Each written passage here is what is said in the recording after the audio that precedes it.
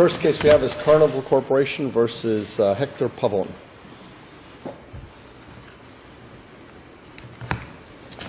Hello, good morning. May it please the Court. Valentina Tejeda on behalf of Carnival Corporation.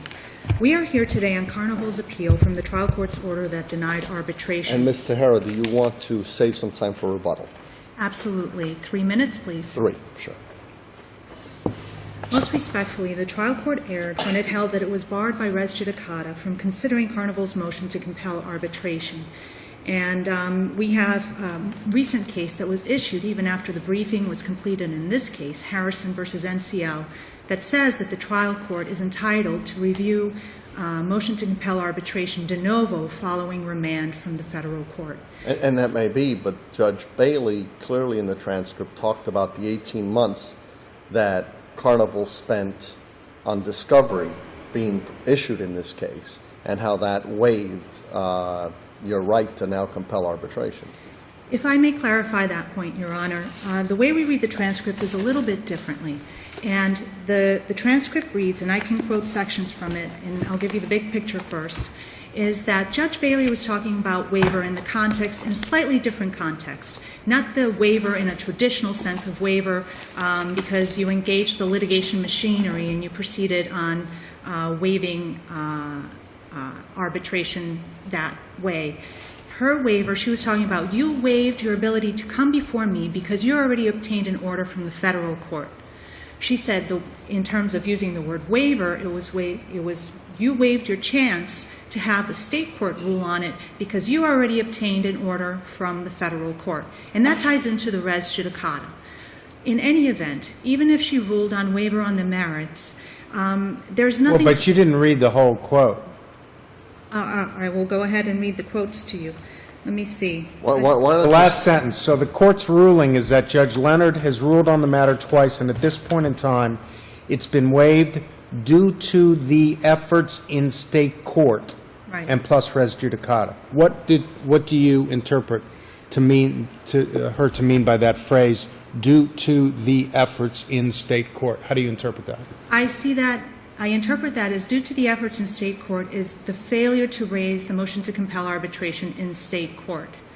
Because reading it in context with the other quotes, and I will direct you to page 23, where the court says, here's where I think I run into a waiver in my intellectual analysis of this. Had you come to this court and said, Judge Leonard remanded this, but the law has changed, and so we would like to move to arbitrate in this instance, instead of going back to federal court and giving Judge Leonard the opportunity to consider Lindo, which she apparently did, and rejected Lindo, you've got a judge to rule on your right to arbitrate. In other words, she's talking about waiver in the context of res judicata, not waiver in the traditional sense. And then she talks about you coming with 6 business days before commencement of the trial period and the 18 months that preceded that. She does, and that leaves it a little bit unclear, but any question regarding that, if you go to the October 20th hearing on page 6, she clarifies, but what I'd like in order to say is, and this is on page 6, I'm denying the renewed motion to arbitrate because the court recognizes that Judge Leonard ruled on it, specifically considered Lindo, and adjudicated this issue, and therefore I remand. The court feels constrained to second-guess the prior ruling. And read as a whole, the entire transcript, there was a discussion regarding the waiver in a traditional sense, but her holding was very limited and at most maybe slightly unclear, but she did not go through and say, you filed discovery, you proceeded in state court. But the fact of the matter is you did. We did because we had to. At the time, we Yet had nothing precluded in filing any discovery to include the traditional footnote that now we see everywhere, that we preserve our right to arbitrate. Well, I'm glad you mentioned that, Your Honor. There was a traditional footnote in the answer that Carnival filed. There was a footnote there that said we do not waive our right to compel arbitration, and it was also arbitration was raised as an affirmative defense. in that answer initially. And this was immediately following the filing of the complaint. Carnival removed the action to the federal court to compel arbitration. That action is not inconsistent with arbitration. Then the federal court remanded it based on Thomas, which is no longer good law, because it held that the public policy exception precluded arbitration. I'm sorry, did you say Thomas is no longer good law? It's no longer. It's been clarified that Lindo clarifies that Bautista is. You mean another panel from the 11th Circuit clarified? Well, it's a timing issue in that regard, because first came along Bautista, and Bautista said, once you have your 4 jurisdictional prerequisites, you must compel the case to arbitration. Then Thomas comes along, and the Thomas court says, wait a minute, there's a public policy exception to this, and because applying foreign law violates the public policy of the United States, you're not allowed to arbitrate. Then the Lindo court comes along and says, wait a minute, it is Thomas that was trying to overrule Bautista. That was the prior precedent rule that controls. It's Bautista. Are Thomas and Lindo reconcilable? I don't believe they are. I agree with you. I don't believe they can be reconciled either. So we agree that 2 different panels on the same Circuit Court of Appeals has issued conflicting holdings. Is that true? Is that an accurate statement? That is an accurate statement. So tell me how one of those 2 can be receded from, overruled, or no longer good law in the absence of either an en banc opinion or a Supreme Court decision. Because of the timing of the opinions. Because it was Thomas that tried to overrule Bautista. So Thomas the Lindo can't. court, Thomas Right. can't overrule It can't Bautista overrule either. Bautista. So it didn't overrule Right. Bautista. What it may have tried to do is irrelevant. It did not, as a matter of law, overrule Bautista, right? no, it did not. Nor did Lindo, as a matter of law, overrule Thomas. Well, I guess if you really apply the prior precedent rule and they cancel each other out, you're still left with Bautista. Well, I don't think that works that way either. I mean, you have both opinions out of the 11th Circuit, and the trial court is almost free to follow either one. I don't believe that's correct, simply because we are still left with Bautista as the first statement of the law, and that's the prior precedent that controls. The point is that in order to resolve the conflict, the 11th Circuit has to resolve it en banc, or the Supreme Court has to resolve it, or else the conflict remains, right? I interpret it slightly differently. I don't see that I believe there's a conflict in the statement of the law. However, you're still left going back to Bautista. Lindo just says, Lindo clarifies, go back to Bautista. Thomas could not overrule Bautista. So it is that case that controls. What case that controls? Bautista. Okay. All right. So in any event, our position is, once we had the order of remand and we were sent back down to state court, and again in the answer we indicated that we were preserving our right to compel arbitration but couldn't because we had tried and gotten the order sending us back to state court, we had no choice but to proceed with the litigation. No choice. It was not until Lindo issued that gave us a new door to be able to compel the case to arbitration that we sought a second removal to try and have the federal court compel it to arbitration. By that time, you had already issued subpoenas to the doctors, propounded 2 sets of interrogatories, filed motions to compel discovery responses, noticed and took Pavon's deposition, compelled Pavon to submit to a medical exam, answered interrogatories, and more. Because Carnival had no choice. There's a difference. Waiver is not, in this case, it wasn't a voluntary waiver. This was, we had to do what the court said we had to do. In other words, you cannot go to arbitration because you have an order sending you back to state court. So that is how we had to proceed. All of the cases cited by plaintiff involve litigation efforts that occurred before the motion to compel arbitration was ruled on. In other words, before there was any order compelling or denying arbitration. But once there was an order that denied arbitration, Carnival was bound to proceed with that course of action. But immediately following Lindo, 2 days afterwards, it removed the action again to try and compel it to arbitration. It has always consistently acted with its right to enforce the right for arbitration. You want to save the 3 minutes? We'll now Thank hear you. Thank you. We'll hear from the appellant.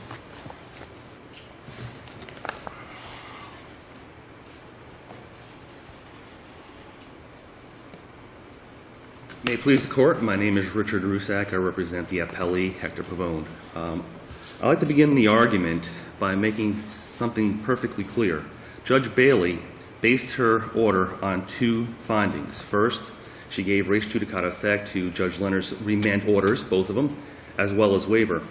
There was some discussion today about Carnival had to proceed in state court. It really didn't, and this is why. The first remand order, Judge Leonard was very careful in stating that her basis was upon an interpretation of a contract. Now, the 11th Circuit's very clear in this case law, and in fact, one case that counsel to my left received, that once a federal court remands based upon an interpretation of a contract, that is immediately reviewable by the 11th Circuit. Carnival had a chance to go to the 11th Circuit and say, 11th Circuit, Thomas got it wrong. 11th Circuit, Judge Leonard got it wrong. They didn't. They elected to go in a state court, and as Judge, you aptly pointed out, they didn't do anything for about a year and a half to perfect their rights of waiver. They didn't go to Judge Bailey and say, hey, listen, I think the federal court got it wrong.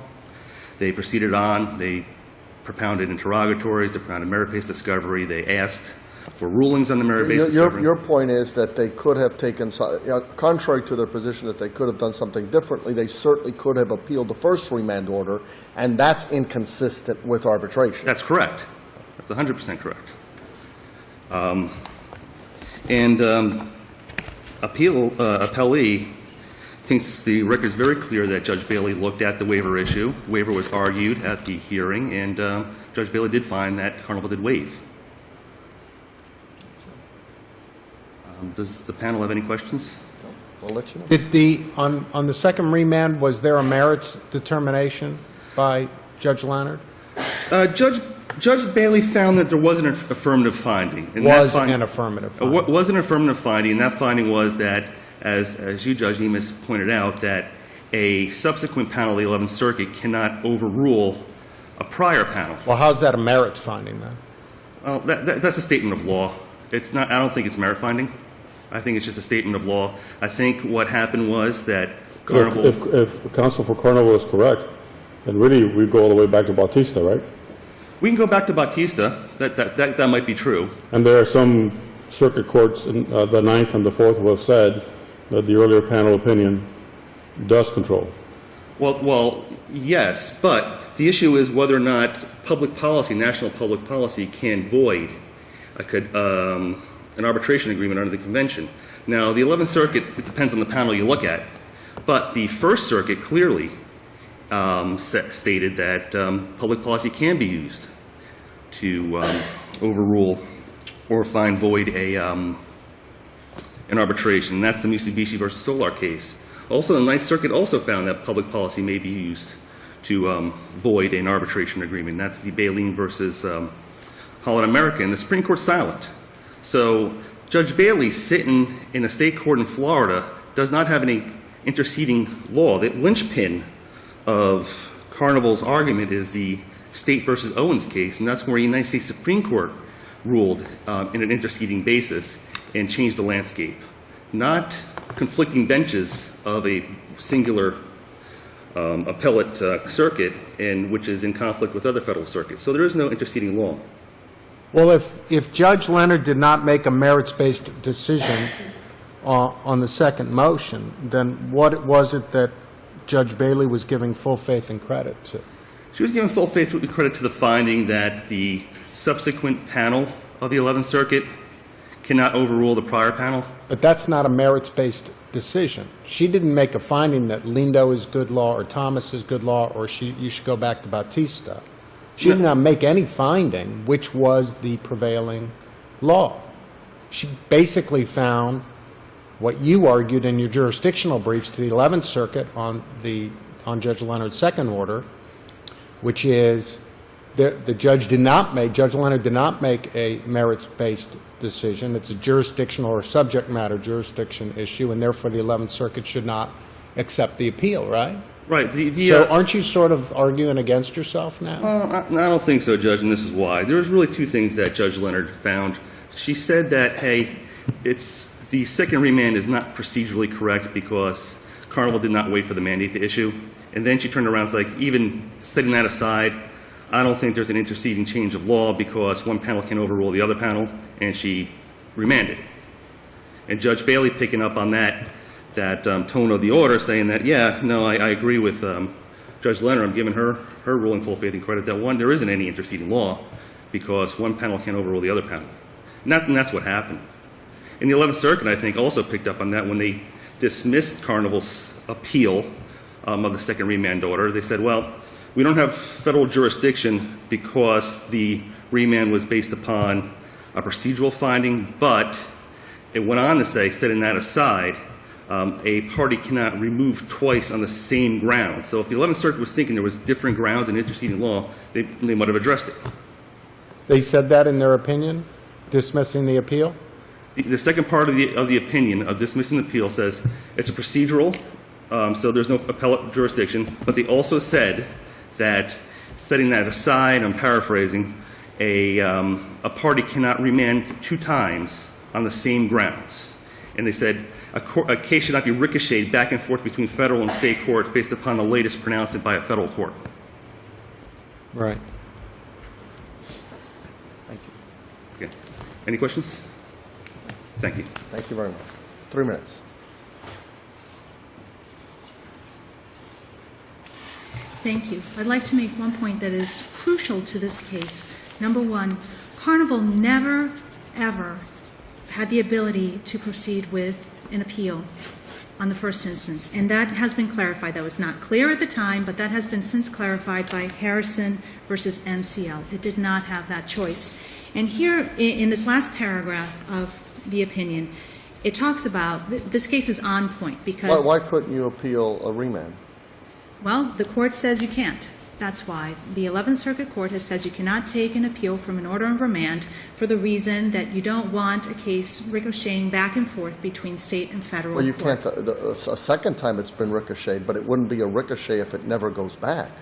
If there's an order of remand, a first order of remand, why couldn't you appeal that and it wouldn't be any ricocheting? It would still be there while you appeal it. Well, the case in point, which answers Your Honor's question, is Harrison versus NCL. There, that was on a first order of remand. And they talked about how the general removal and remand law does not allow for an appeal of an order of remand that is based on a lack of subject matter jurisdiction. So because the way the convention is written, they reasoned, and it's a tricky issue, the way the convention is written, they said, while generally under the FAA you have an immediate right to appeal from an order denying arbitration, under the convention, once you find it, because the Thomas Court found that when it was violative of public policy, they said that became a jurisdictional analysis, not an arbitration analysis. So because it was a jurisdictional analysis, you cannot take an appeal from the order of remand. So Carnival did not have that option. It was not clear. It's been clarified on August 22nd, 2012, after the briefing was closed in this case, and well after the trial court issued its order in this case. And when did that come out? On August 22nd, 2012. Okay, so at the time you could have appealed the first order of remand, that opinion had not come out. No, because the law, there was no case law on the subject matter So at then that it could time. have been appealed. If you apply Now, the general now with the remand, benefit of hindsight, you tell us that we've learned it couldn't have been appealed, but at the time, as the law existed, it could have been appealed. And no. Carnival chose not to appeal. most respectfully, the appeal would have been dismissed. As it was in this case on the second remand, the appeal would have been The dismissed. appeal was dismissed the second time clearly because of the ricocheting that occurred, and the 11th Circuit was tired of it. And And- it's clear that that's what's going on here. We're tired of the back and forth. And also on the first instance. In NCL, I can explain this. In NCL versus Harrison, there's a paragraph there where they explain it succinctly. They say, here the district court's analysis, and this is from a first order of remand. The district court's analysis of the arbitration clause was limited to the question of whether the clause was valid for purposes of subject matter jurisdiction. The denial of the motion to compel arbitration does not preclude the state court from reconsidering that question de novo and freely determining whether the arbitration clause is valid. they go through a whole Waco analysis and they say the order denying arbitration under these circumstances in a public policy analysis is not substantive. So we have never had a merits determination. Carnival has never had a merits determination, not on the first remand, not on the second remand, not in the state court. It's been kicked around because the convention says go to the federal court. So we followed the statute, went to the federal court, tried to compel it to arbitration there. We got an order of remand saying we're applying this case Thomas. We tried to take an appeal. The appellate court is going to dismiss the appeal, so we don't have that option. Now we've got the federal court telling us, go to the state court and get a merits determination there. So that's what we tried to do. We go to the state court and to get a merits determination there. And now the state court is saying, my hands are tied because there are substantive rulings. In all fairness to the trial court, this had not issued yet, and the issue was, even within the 11th Circuit Court, it was bouncing back and forth. At one point, they issued a decision one way, then they withdrew it in the Williams case. There's still an oral argument in January on that issue. In Maxwell, they had issued that unpublished decision, but now we have Harrison going the complete opposite way. So it's not a clear issue as to whether you can take an appeal from this type of an order of remand. And I think it's one that's still developing. So that it isn't that Carnival elected to proceed with the litigation in this case. Its hands were tied. It had to do what it was doing. As soon as Lindo came out, it tried immediately, within 2 days, to try and compel this case to arbitration again. Carnival has not acted inconsistently with arbitration. In fact, the opposite is true. Thank you.